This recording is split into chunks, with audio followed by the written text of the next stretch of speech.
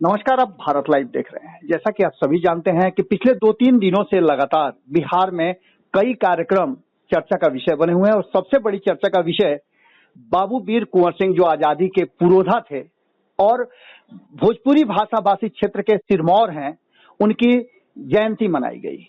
इसके साथ ही भारतीय जनता पार्टी ने इस कार्यक्रम को अपना बना लिया है, जबकि ये कार्यक्रम राष्ट्रव्यापी होना था और इस कार्यक्रम को लेकर के खास करके उन लोगों को पूछा जाना चाहिए था, खोजा जाना चाहिए था जो उस समाज से भी आते हैं और उनके परिवार के लोगों को भी उसमें शामिल होना चाहिए था। लेकिन इन सारे विषयों को लेकर के जो चर्चाएं चल रही हैं और विपक्ष लगातार हमलावर है, उसमें भारतीय जनता पार्टी ने अपना पक्ष रखा है। कल नित्यानंद राय और संजय जायसवाल जो कि प्रदेश अध्यक्ष हैं, उन्होंने अपनी बातें रखी है। लेकिन इन सब पर यह जानना जरूरी होता है कि एनडीए के घटक दल के साथी क्या सोचते हैं। इसी विषय पर बात करने के लिए हमारे साथ दानिश रिजवान जी हैं। दानिश रिजवान जी भोजपुरी भाषा भाषी क्षेत्र के हैं और उसी क्षेत्र से भी आते हैं, इसलिए इनके विचार बहुत ही महत्वपूर्ण हैं और बिहार की राजनीति पर इनकी पकड़ भी बहुत ज्यादा है।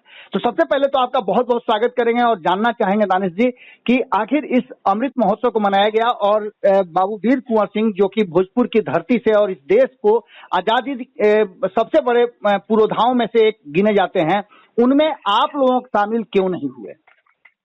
देखिए, एक चीज साफ है कि ये पूरी तरीके से एक पॉलिटिकल कार्यक्रम था और तमाम राजनीतिक दल अपने हिसाब से इस तरह के कार्यक्रम का आयोजन करते हैं। तो अगर कोई राजनीतिक दल इस तरह का कार्यक्रम का आयोजन करता है और अपने दल के बैनर तले करता है, तो हमें नहीं लगता है कि किसी दूसरे दल के नेताओं को वहां बुलाने की जरूरत है। अभी हाल में बाबा साहब भीमराव अम्बेडकर की जयंती के अवसर पर हम लोगों ने भी गरीब चेतनाक सम्मेलन का आयोजन किया था।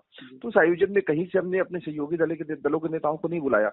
तो ये कहीं से परिपाटी नहीं रही है कि अगर हम अपने बैनर तले किसी की जयंती मना रहे हैं, कोई दिवस का आयोजन कर रहे हैं, तो उसमें अपने गठबंधन के दलों के नेताओं को बुलाएं। ये इसकी कहीं से परिपाटी नहीं है। और सबसे महत्वपूर्ण ये है कि सबको गौरवान्वित होने की बातचीत है कि वीर कुंवर सिंह का विजय दिवस तो हम लोग तमाम लोग मनाते रहे हैं, लेकिन उस विजय दिवस के अवसर को अंतर्राष्ट्रीय मंच पे रखना और Guinness book of world records में शामिल कराना, ये गर्व की बात है। किसी राजनीतिक दल ने तो कम से कम इस चीज की कोशिश करी। जी, आपने एक तरफ ये गर्व की बात कही है और दूसरी तरफ विपक्ष इस बात को लेकर के हमलावर है कि एनडीए में सब कुछ ठीक ठाक नहीं चल रहा है और ये कार्यक्रम जो है एनडीए के अन्य घटक दलों को छाट करके भारतीय जनता पार्टी ने जो आजमाइश और शक्ति प्रदर्शन के लिए किया था। देखिए, कहावत है ना कि जो जितना पढ़ता है वो उतना ही सीखता है। जी, विपक्षी दलों के नेताओं को कम से कम इस बात का ज्ञान होना चाहिए कि हर एक राजनीतिक दल का अपना अपना एजेंडा होता है और हर एक राजनीतिक दल अपना अपना कार्यक्रम कराते हैं।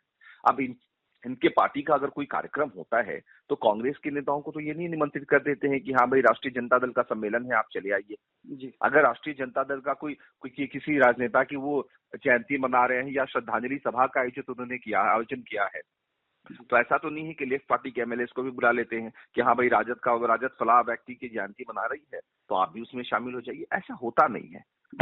जबरदस्ती का नहीं रहना। एक और महत्वपूर्ण सवाल इसी से उठ करके आता है कि सब कुछ ठीक होने की बात आप लोग लगातार कर रहे हैं, लेकिन एनडीए में जो देखने को मिला है, मुकेश सहनी को अलग कर दिया गया, उसके बाद से अब कहा जा रहा है कि भारतीय जनता पार्टी अपना मुख्यमंत्री बनाने के लिए पूरी तरह से तैयारी कर रही है। इसमें कितनी सच्चाई है और आप लोग इसको कितना ज्यादा सही मानते हैं, जिसकी चर्चाएं लगातार चल रही हैं? देखिए बाबा, एक चीज बहुत स्पष्ट है और मैं फिर से आपको बता रहा हूँ, जहाँ दो बर्तन होता है वहां आपस में आवाज निकलती रहती है। तो अगर कोई ये कहता है कि एनडीए में तकरार होता रहता है, अरे 3-4 दलों का गठबंधन है तो थोड़ी बहुत बातें सामने आती रहती हैं, एक दूसरे पर छीटाकशी होती रहती है। इसका मतलब ये नहीं कि एनडीए में सब कुछ शराब चल रहा है। और एक चीज मैं आपको स्पष्ट कर दूं कि बिहार की जनता ने माननीय मुख्यमंत्री नीतीश कुमार जी को 5 साल के लिए जनादेश दिया है। 2025 तक माननीय मुख्यमंत्री कहीं नहीं जा रहे हैं। बिहार में मजबूत सरकार, एनडीए की सरकार जो चल रही है वो चलती रहेगी, इसमें कहीं से किसी को शक होने की जरूरत नहीं है। मुख्यमंत्री नीतीश कुमार जी ही होंगे और 2025 तक होंगे। 2025 तक बिहार में मुख्यमंत्री पद की कोई वैकेंसी नहीं है। एक हाइपोथेटिकल क्वेश्चन है सर, इस क्वेश्चन का जवाब आने वाला समय देगा, लेकिन आपसे पूछना जरूरी हो जाता है क्योंकि आप बिहार की राजनीति पर बेहतर पकड़ रखते हैं। अगर कोई ऐसी स्थिति आती है, भारतीय जनता पार्टी अपना मुख्यमंत्री देती है, तो आप किस खेमे में खड़े रहेंगे? भाई, हम एनडीए के साथ हैं।